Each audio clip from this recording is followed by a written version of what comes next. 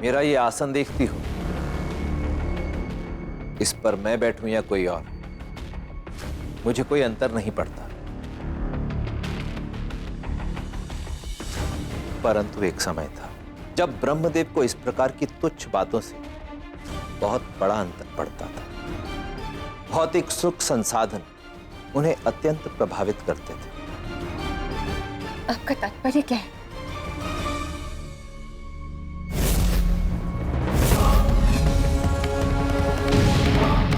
इस संपूर्ण सृष्टि की रचना मैंने की है, यहां तक कि शिव और विष्णु की रचना भी मैंने स्वयं ही की है। तो भला उन दोनों का आसन मेरे समकक्ष कैसे लगाया जा सकता है? तुमने मेरे सामर्थ्य की शक्ति को ललकारा है, अब मैं दिखाऊंगा कि ब्रह्मा क्या कर सकता है। ब्रह्मदेव, आपके अहंकार के कारण सृष्टि का संतुलन बिगड़ रहा है और जब भी कोई पाप या दुष्कर्म अपनी सीमा लांघकर सृष्टि को संकट में डालता है तो मैं शिव अपना संहारक अवतार ले लेता हूं। मैंने ब्रह्मदेव का 5वां शीश केवल इसलिए काटा क्योंकि उसका आधार ही अहंकार था। वो अहंकार जिसने उनका विवेक हर लिया। अपने उस 5वें शीश के कटते ही ब्रह्मदेव अहंकार के विकार से मुक्त हो गए। यदि संसार का रचयिता अहंकारी होगा तो यह संसार के लिए अत्यंत घातक सिद्ध हो सकता है। इसलिए संसार के हित के लिए मैंने ब्रह्मदेव को इस पाप से मुक्त किया। कैलाश में जो कोई भी सच्चे मन से आता है वो कभी खाली हाथ नहीं लौटता। तुम भी जिस प्रश्न का उत्तर खोजती यहां आई थी, उसका उत्तर तुम्हें प्राप्त होगा। अब लौट जाओ। जब मैंने कैलाश के चौखट को लांघा था तो स्वयं को एक वचन दिया था कि जब भी मैं यहां से जाऊंगी या तो फिर कभी वापस लौटकर नहीं आऊंगी या फिर आपके प्रेम में स्वयं को समर्पित कर जाऊंगी।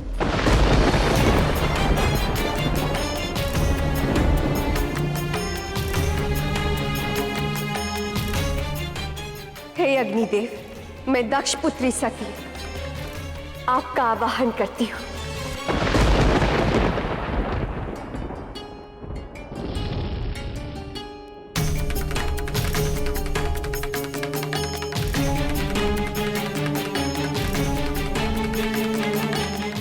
मैंने अपने पिताश्री से ये कहा था कि मैं अपना वर स्वयं चुनूंगी और आज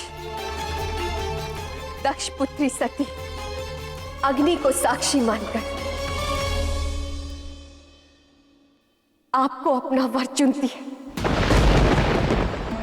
और ये मेरा सौभाग्य होगा कि आप भी मुझे अपने पत्नी के रूप में स्वीकार करें। शिव,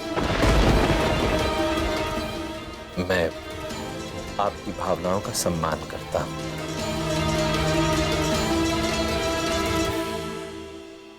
परंतु साथ ही तुम्हें एक तथ्य से अवगत भी कराना चाहता हूं। शिव के जीवन में केवल एक ही स्त्री का स्थान है, वो स्त्री जिसके बिना शिव अधूरा था, अधूरा है और सदैव अधूरा ही रहेगा। शिव की शक्ति, मेरी देवी।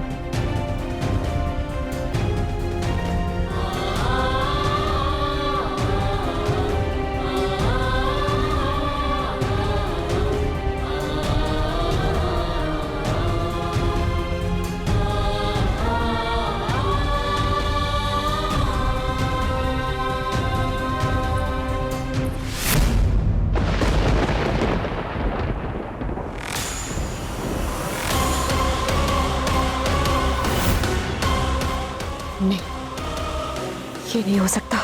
क्षमा करें माता, किंतु देवताओं ने ब्रह्मलोक के साथ साथ स्वर्ग लोक भी हमसे जीत लिया है और देवराज इंद्र ने ये आपके लिए भेजा है।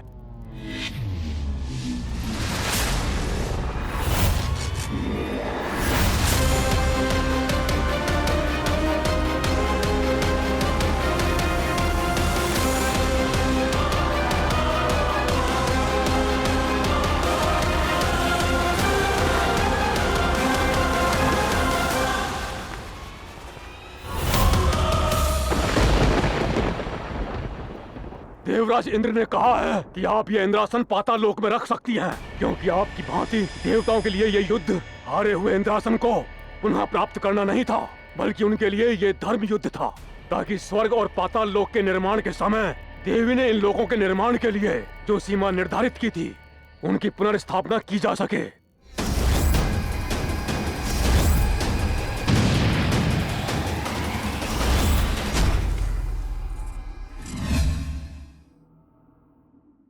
नारायण, ये आपने क्या किया देव? जिसकी प्रतीक्षा में आप पल के बिछाए बैठे उसे ही कैलाश से जाने पर विवश कर दिया आपने। सती ही देवी है, किंतु आप अपने विराम उन्हें पहचान नहीं पाए। सती ही शिव की शक्ति है देव। ये आप क्या कह रहे हैं नारायण? यदि आपको मुझ पर विश्वास नहीं है तो आइए मेरे साथ।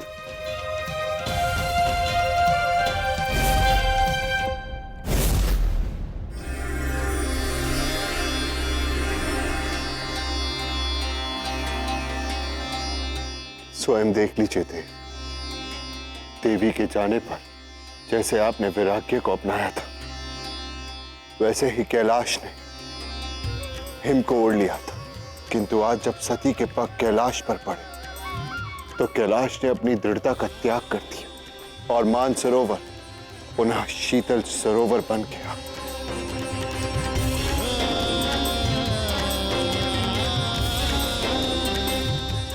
देवी का आपके जीवन में पुनः आगमन हो चुका है देव, और अब उन्हें आपकी प्रतीक्षा है। और अब जब आप उन्हें देवी के रूप में स्वीकार करेंगे तो ये हंसों का जोड़ा पुनः एक होगा, क्योंकि तब शिव और शक्ति पुनः एक होगी। देवी,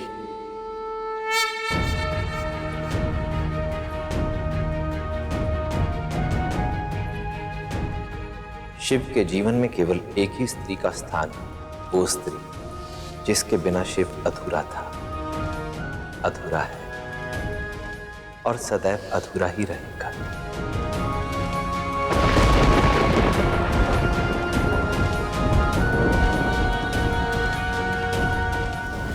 तो यहाँ हो तुम?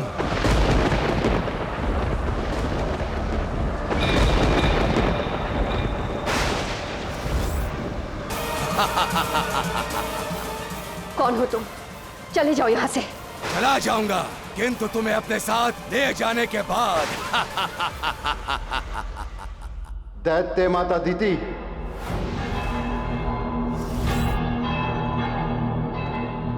देवताओं की विजय पर अभिमान व्यक्त करने आए हैं नारायण?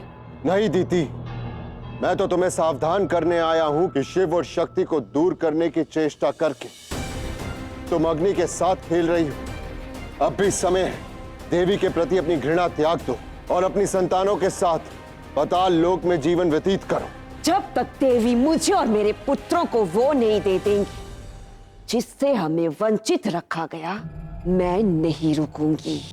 यदि यही तुम्हारा अंतिम निर्णय है तो एक बात स्मरण रखना दीदी, जिस प्रकार माता पिता के अच्छे कर्मों का सुख संतान भोगती, उसी प्रकार संतान के दुष्कर्मों का फल माता पिता को भोगना पड़ता।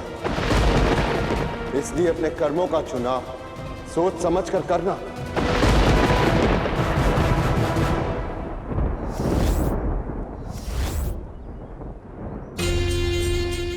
जब वृत्रासुर और उसकी सेना सती को यहाँ पाताल लोक में मेरे सामने लेकर आएंगे तब इन देवताओं को मेरी शक्ति का ज्ञान होगा।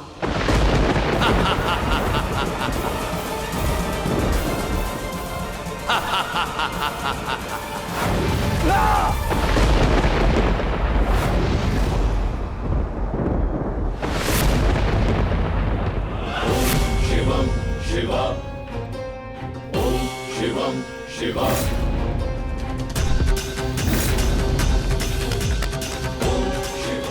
सती को ले जाने से पूर्व तुम्हें मुझसे युद्ध करना होगा वृतासुर।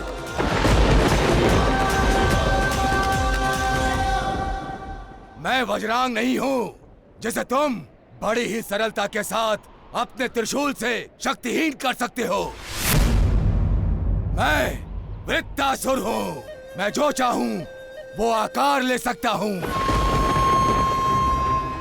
जब चाहूं लुप्त हो सकता हूं और जब चाहूं भयानक और शक्तिशाली चक्रवात बन सकता हूं। मैं भी देखता हूं कि तुम मुझे सती को ले जाने से कैसे रोकते हो।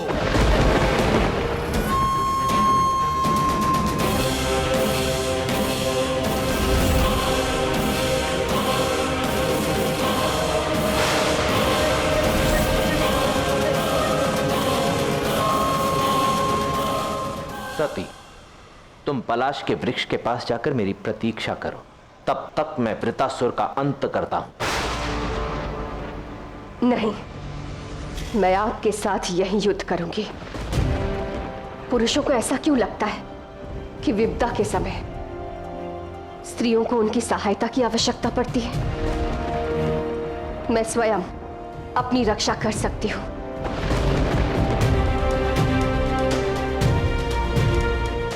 मुझे एक क्षण के लिए भी ये संदेह नहीं कि तुम अपनी रक्षा करने में पूर्णतः समर्थ हो। मैं तो केवल इतना कह रहा हूं कि अब उसकी कोई आवश्यकता नहीं है, क्योंकि आज से, अभी इसी क्षण से तुम्हारे सभी संघर्ष मेरे हुए।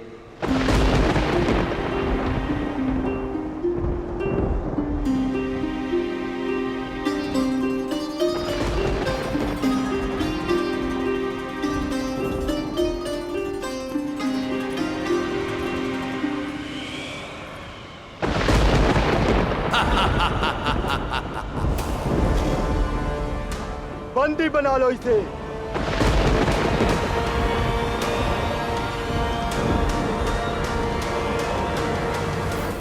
कदाचित तुम लोगों को स्मरण नहीं कि मैं दक्ष पुत्री सती हूं और दैत्य माता दीति मेरी ज्येष्ठा। यदि उनको पता लग गया कि तुम लोगों ने मेरे साथ दुर्व्यवहार किया है तो दैत्य माता दीति ने ही वृत्तासुर और हमें यहाँ भेजा है, और अब तुम अपने महल नहीं, हमारे साथ पाताल लोक चलोगी, अन्यथा हमें बलपूर्वक तुम्हें यहाँ से ले जाना होगा। ठीक है, मैं तुम्हारे साथ चलूंगी।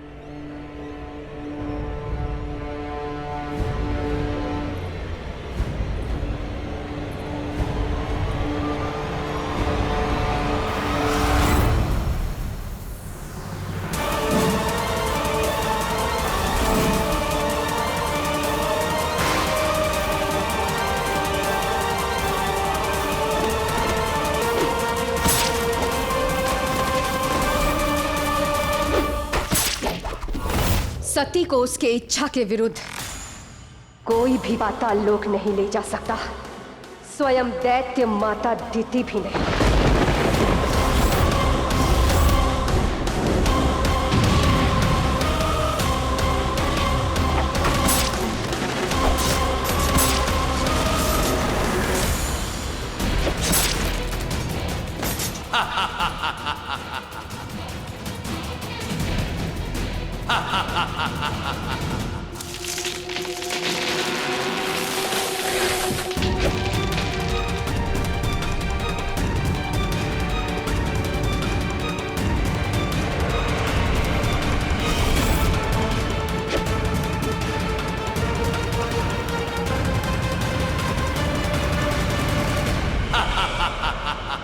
ये मेरी अंतिम चेतावनी है वृतासुर, लौट जाओ।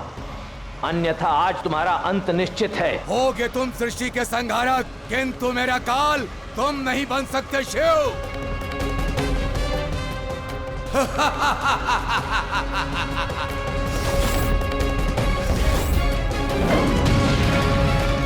जो स्वयं को काल से परे समझते हैं, उन्हें भी अंततः महाकाल में विलीन होना ही पड़ता है वृतासुर।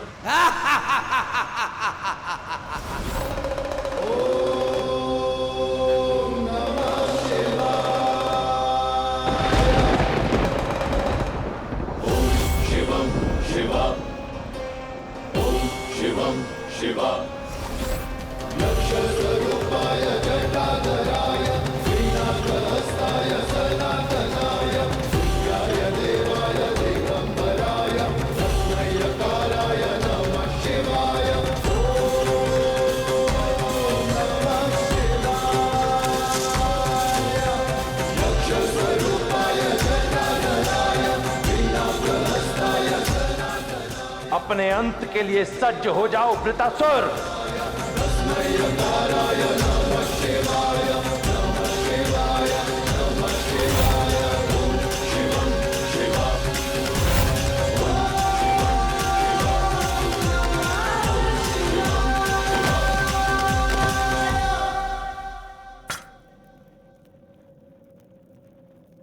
मुझे क्षमा करें देवी, ये मेरी भूल थी कि मैं यहाँ आया और आपको ले जाने का दुस्साहस किया। दया करें देवी, शिव से मेरी रक्षा कीजिए। जो अपराध तुमने किया है वृतासुर, उसका केवल एक ही दंड है, मृत्यु दंड। परंतु तुमने स्वयं सती के चरणों पर जाकर क्षमा याचना की है, इसलिए मैं केवल अभी के लिए तुम्हें प्राण दान देता हूं। जाओ।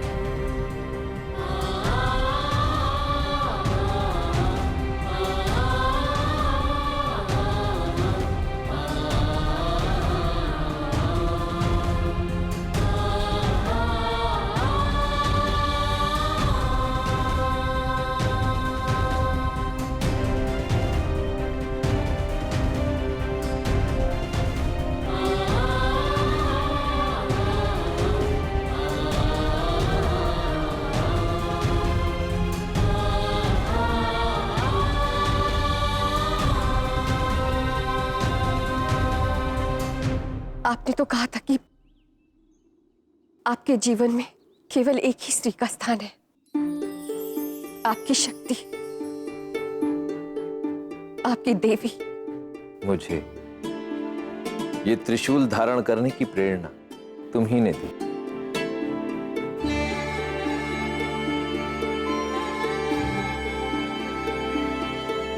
सृष्टि का संहारक होने के नाते सृष्टि की सभी नकारात्मक ऊर्जाओं को नष्ट करने के मेरे दायित्व के विषय में भी तुम ही ने मुझे स्मरण करवाया। यहां तक कि कैलाश पुनः लौटने का विचार भी तुमसे मिलने के पश्चात ही मेरे मन में आया। जब इस बैरागी के मन में ये सभी रंग, ये सभी भाव तुमने भरे हैं, तो तुम ही तो हुई मेरी शक्ति, मेरी देवी।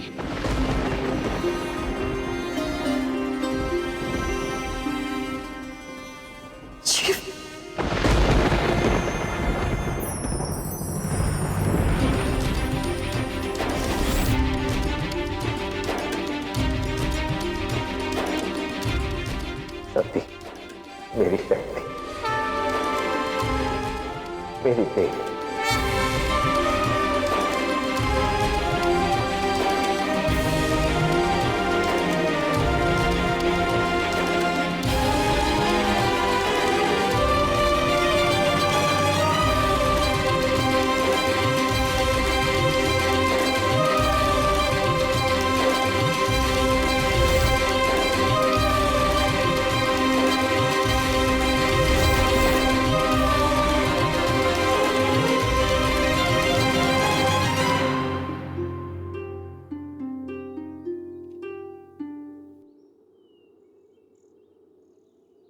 अब मुझे पिताश्री के पास वापस लौटकर जाना होगा।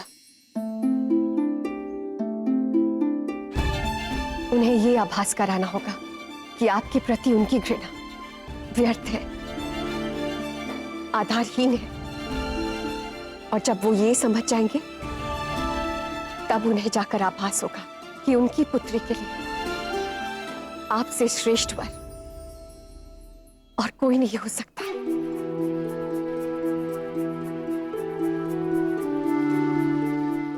इतने युगों की प्रतीक्षा के बाद मिली हो और मिलते ही जाने की बात कर रही हो, क्या ये उचित बात है? जा तो रही, परंतु इसलिए ताकि आपके पास लौट कर आ सकूं सदा के लिए।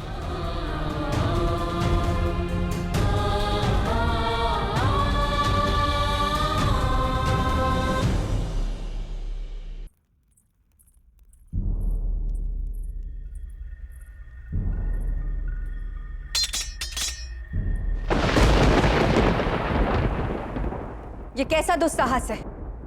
दुस्साहस तो तुमने किया है सती।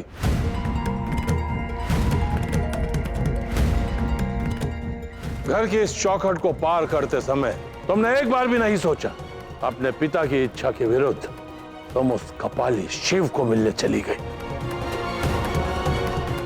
यदि तुम्हें इस चौखट को पार करके पुनः इस घर में प्रवेश करना है तो तुम्हें निर्णय करना होगा। आज से, इस क्षण से तुम्हें उस कपाली शिव को भूलना होगा। तुम्हें उस कपाली शिव से कोई संबंध नहीं रखना होगा। और यदि तुम उस कपाली शिव से संबंध रखना चाहती हो तो तुम्हें इस घर से, अपने माता पिता से और अपने परिवार से संबंध तोड़ना होगा। निर्णय तुम्हारा है। ये आप क्या कह रहे हैं? सती हमारी पुत्री है, वो हमसे संबंध कैसे तोड़ सकती है? उसकी ओर से मैं आपसे क्षमा मांगती हूँ। नहीं माँ, आपको मेरी ओर से क्षमा मांगने की कोई आवश्यकता नहीं, क्योंकि मैंने कुछ अनुचित किया ही नहीं। मैं तो केवल शिव के पास इसलिए गई थी ताकि अपने प्रश्नों के उत्तर जान सकूं कि उन्होंने परमपिता ब्रह्मदेव के 5वें शीश को क्यों काटा था। और जब आज मुझे ज्ञात हुआ तो मुझे ऐसा लगा कि पिताश्री को भी सत्य का ज्ञान होना आवश्यक है। आप भली भांति जानते हैं कि प्रजापति दक्ष इस विवाह के लिए कभी नहीं मानेंगे, तो फिर आपने सती को वापस क्यों लौटने दिया देव? मेरे ऐसा करने के पीछे एक विशेष उद्देश्य है नारायण। मैं प्रजापति दक्ष को एक अंतिम अवसर प्रदान करना चाहता हूं कि वो मेरे और सती के प्रेम को, हमारे विवाह को स्वीकार कर सके। अब ये प्रजापति दक्ष पर निर्भर करता है कि वो अपनी पुत्री सती की बात मानकर स्वयं देवी के कन्यादान का सौभाग्य प्राप्त करते हैं या अपने क्रोध और अहंकार के हाथों विवश होकर अपने ही पतन की ओर अग्रसर होते हैं। शिव ने शक्ति के अहंकार में आकर यह सब नहीं किया, बल्कि उन्होंने तो ब्रह्मदेव के विकार को हरा है। जिस अहंकार ने ब्रह्मदेव के 5वें शीश का स्वरूप लेकर उनके विकार को हरा था, शिव ने उसी का अंत किया है। और यदि शिव ऐसा नहीं करते तो ब्रह्मदेव सृष्टि की रचना कर ही नहीं पाते जहां आज हम वास करते हैं। आपकी आज्ञा की अवहेलना करके मैं शिव से मिलने चली गई। इसके लिए मैं क्षमा प्रार्थी हूं, परंतु पिताश्री, शिव में तनिक मात्र भी अहंकार नहीं है। वो तो प्रेम और करुणा के प्रतीक है। मुझे अपने परिवार और शिव में से किसी एक को नहीं चुनना, क्योंकि मुझे विश्वास है कि आपके आशीर्वाद से मैं और शिव एक साथ अपने जीवन का नया अध्याय प्रारंभ करेंगे।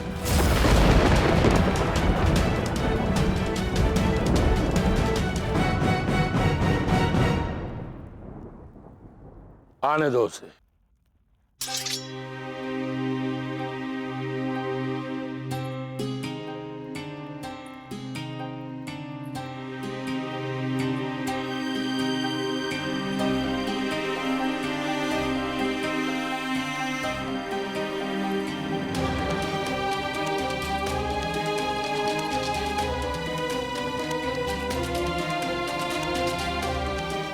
अंतिम बार मिल लो सती से,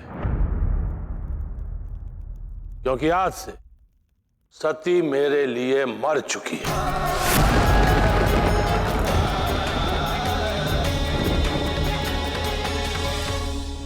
आपको शिव और सती से लड़ना है तो लड़िए, किंतु आपके इस व्यर्थ उद्देश्य के लिए मैं अपने प्राण दांव पर नहीं लगा सकता।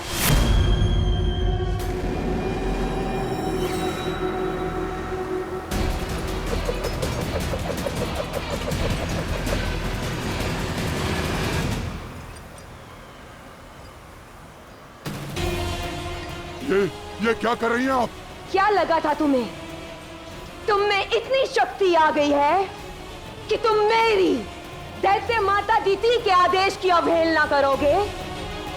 तुम्हारा ये अस्तित्व मेरे ही कारण है, और अगर अब तुम इसे बचाना चाहते हो, तुम्हें मेरे आदेश का पालन करना होगा, मेरे लिए लड़ना होगा तुम्हें।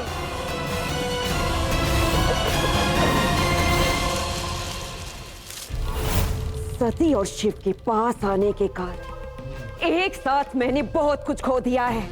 पहले ब्रह्मलोक, फिर स्वर्गलोक, अब ये मेरा महाशक्तिशाली असुर वृत्रासुर ये भी खाली हाथ लौट आया। अब मेरी केवल एक ही अंतिम आशा है, और वो है ताड़कासुर। हाँ, अब वही है जो असुरों का खोया हुआ सम्मान पुनः दिला सकता है। ओम ब्रह्मदेवाय नमः। ओम ब्रह्मदेवाय नमः। ओम ब्रह्मदेवाय नमः।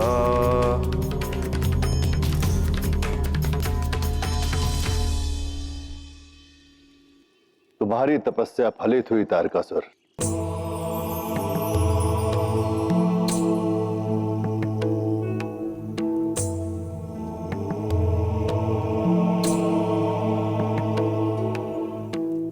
इस क्षण की प्रतीक्षा तो मुझे वर्षों से थी प्रभु।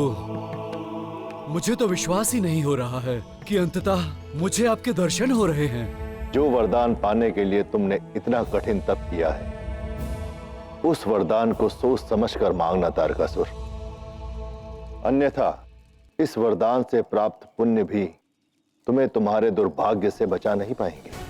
जब तुम्हारी ये तपस्या फलित होगी, तब तुम्हें ब्रह्मदेव से अमृतत्व का वरदान मांगना है, ताकि फिर वो वैरागी शिव भी तुम्हें मार न सके। मुझे पता है ब्रह्मदेव कि मुझे वरदान में आपसे क्या मांगना है।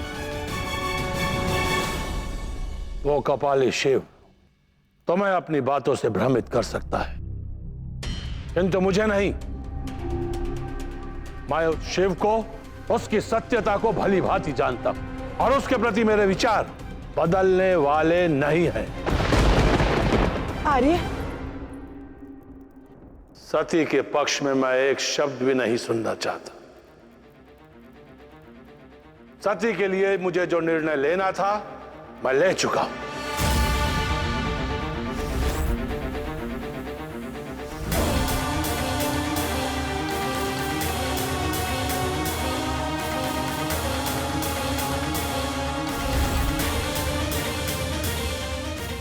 मैंने तुम्हें पुत्री के रूप में वरदान स्वरूप इसीलिए मांगा था, ताकि मैं तुम्हारा कन्यादान कर सकूं, किंतु आज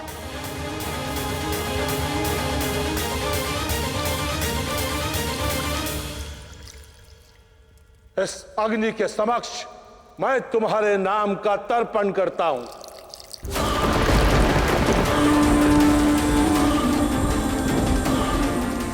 मैं ब्रह्मापुत्र प्रजापति दक्ष सती को मृत्यु को दान करता हूं। मैं प्रजापति दक्ष अपनी पुत्री सती को काल को दान करता हूं।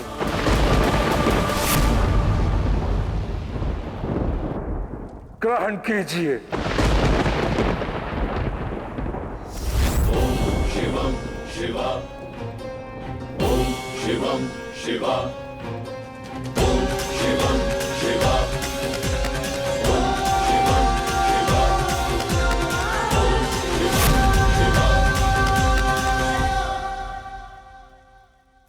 तुम मेरे घर बिना मेरी अनुमति के आने का साहस कैसे हुआ? मैं यह स्वयं अपनी इच्छा से प्रकट नहीं हुआ प्रजापति दक्ष। अभी कुछ क्षण पूर्व आप ही ने तो मेरा आह्वान किया जब आपने अपनी पुत्री सती को काल को दान कर दिया। इसलिए महाकाल शिव आपकी पुत्री को लेने आया है।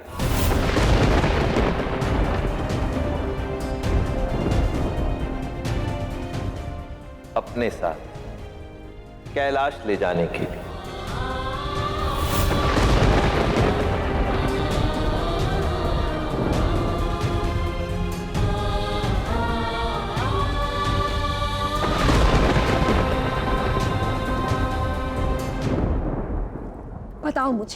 बताओ मुझे ब्रह्मदेव से तुमने वरदान में क्या मांगा? क्योंकि मैंने जो खोया है उसे पुनः प्राप्त करने की मेरी एक ही आशा है और वो तुम। बताओ, शीघ्र बताओ मुझे। मैंने ब्रह्मदेव से उच्चतम वर मांगा है माता। मुझे वरदान दीजिए ब्रह्मदेव कि इस पूर्ण ब्रह्मांड में मेरा वध केवल वही कर पाएगा जो एक शिवांश होगा। तथास्तु। ब्रह्मदेव तो जानते ही नहीं कि अनजाने में अमृतत्व दे दिया उन्होंने मुझे। उस वैरागी शिव ने तो संसार ही त्याग दिया है। अब जब उसका विवाह होगा ही नहीं तो शिवांश का अस्तित्व कहां से होगा माता? अर्थात अब मैं अमर हूं।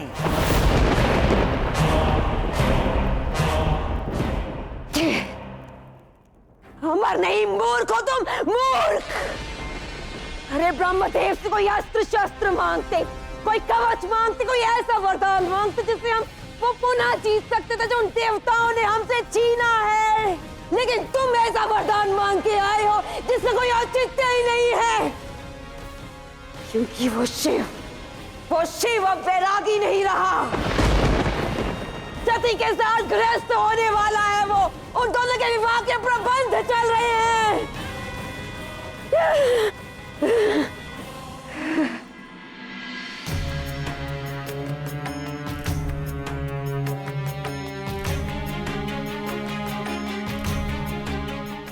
मैं प्रजापति दक्ष सती को मृत्यु को दान करता हूं।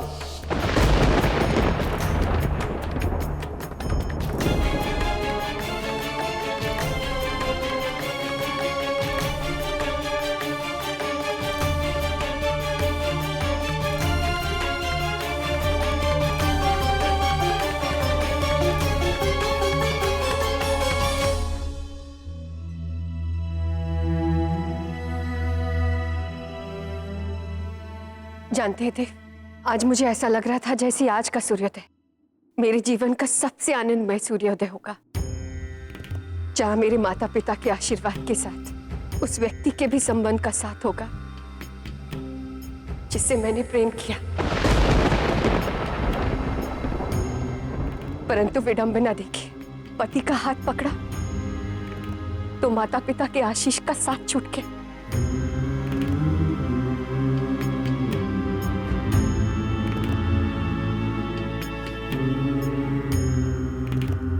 मेरे एक प्रश्न का उत्तर दोगी? क्या परिवार या परिवारजनों से हमारे संबंध केवल धमनियों में बहते समान रक्त के कारण ही होते हैं? परिवार तो वो होता है जो सुख दुख प्रत्येक परिस्थिति में एक अटल अडिग पर्वत के समान खड़ा रहे। मानता हूं कि हमारे विवाह में तुम्हारे माता पिता और अन्य संबंधी सम्मिलित नहीं हो पाए, परंतु हमारे विवाह के उपलक्ष्य में यहाँ कैलाश पर तुम्हारा एक नया परिवार तुम्हारे स्वागत के लिए अपनी पलके बिछाए खड़ा है। मिलना चाहोगी उनसे?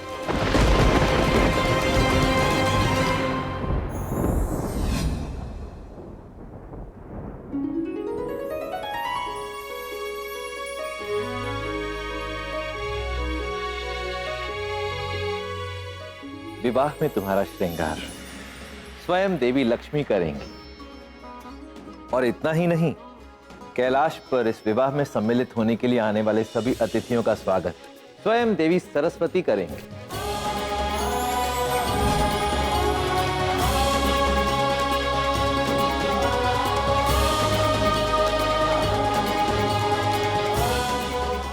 प्रेत, गण और अन्य सभी देव परिवार के सदस्यों का रंग भर देंगे।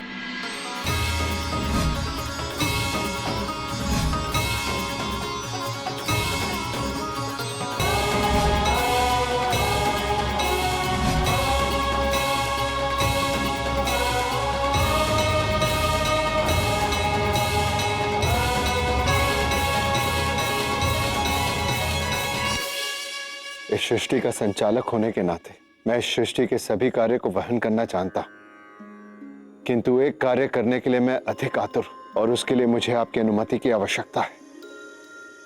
यदि आप मुझे अपने ज्येष्ठ के रूप में स्वीकार करें तो मैं अपनी बहन का हाथ अपने आराध्य के हाथ में देने का कर्तव्य पूर्ण करना चाहता हूं।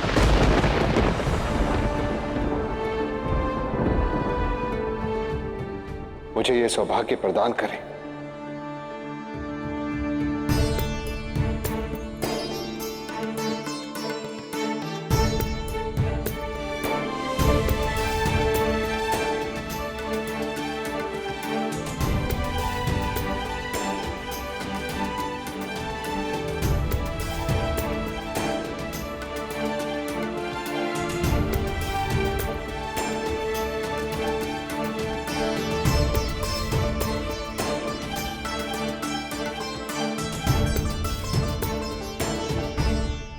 आज इस धागे के साथ आपके और मेरे मध्य एक अटूट संबंध स्थापित हो गया।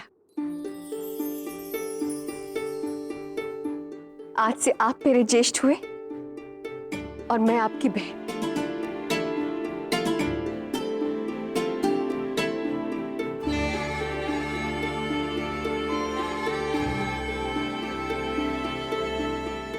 आप सही कहते थे देव कि परिवार केवल रक्त संबंध से नहीं बनता। अपने इस नए जीवन को आरंभ करने के लिए मैं अपने इस नए परिवार के आशीष की अभिलाषी हूं और आशा करती हूं कि आप सबके सहयोग और आशीर्वाद से हम दोनों का नया जीवन मंगलमय हो। देख क्या रहे ज्येष्ठ, कीजिए शंखनाद अपनी बहन के विवाह का।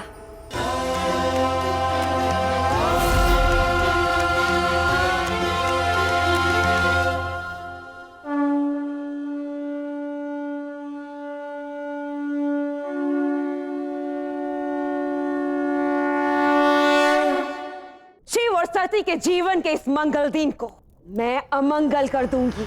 एक ऐसा काला और भयानक दिन जो उनके जीवन को एक अभिशाप बनाकर रख देगा। आज मेरी शक्ति के बल से त्रिदेव के अतिरिक्त तुम्हें कोई और नहीं पहचान पाएगा। कोई अनुमान भी नहीं लगा पाएगा कि देवताओं के भेष में देवता नहीं बल्कि असुर है। ताड़कासुर के नेतृत्व में तुम सब वहां जाकर यह सुनिश्चित करो कि शिव और सती का विवाह ना हो सके। पता नहीं क्यों मेरा मन विचलित हो रहा है। ऐसा लग रहा है जैसे कुछ होने वाला है। हाँ, तो होने वाला तो है ना तुम्हारा विवाह, और विवाह से पहले ऐसी व्याकुलता होना तो स्वाभाविक है। किंतु माता, हम कैलाश में प्रवेश कैसे करेंगे? भले ही हम देवताओं का रूप धारण क्यों ना कर लें, किंतु हम हैं तो असुर ही, और कैलाश जैसे स्थान पर हम असुरों का प्रवेश निषेध है। शिव अपने और सती के विवाह के इस शुभ अवसर पर सभी आगंतुकों का स्वागत करना चाहता है, फिर चाहे वो देवता हो, ऋषि मुनि, गण प्रेत या फिर दैत्य क्यों ना हो। उसकी यही उदारता उसकी मूर्खता सिद्ध होगी।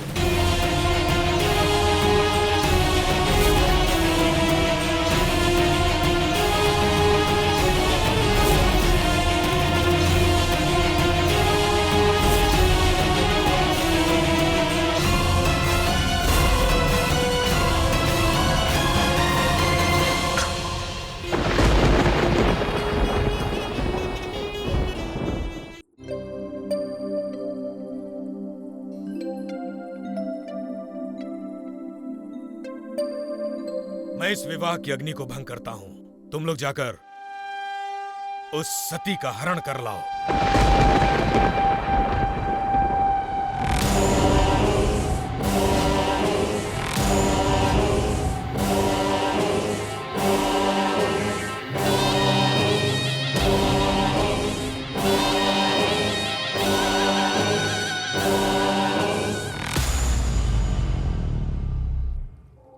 व्यवधान के लिए क्षमा करे देवी, किंतु ब्रह्मदेव ने देवी लक्ष्मी और देवी सरस्वती को पूजन विधि के लिए आमंत्रित किया है। किंतु विवाह से पूर्व वधू को इस प्रकार अकेले छोड़ना तो अनिष्ट माना जाता है। आप चिंता ना करें देवी, आपके लौटने तक मैं देवी सती की सुरक्षा में रहूंगा।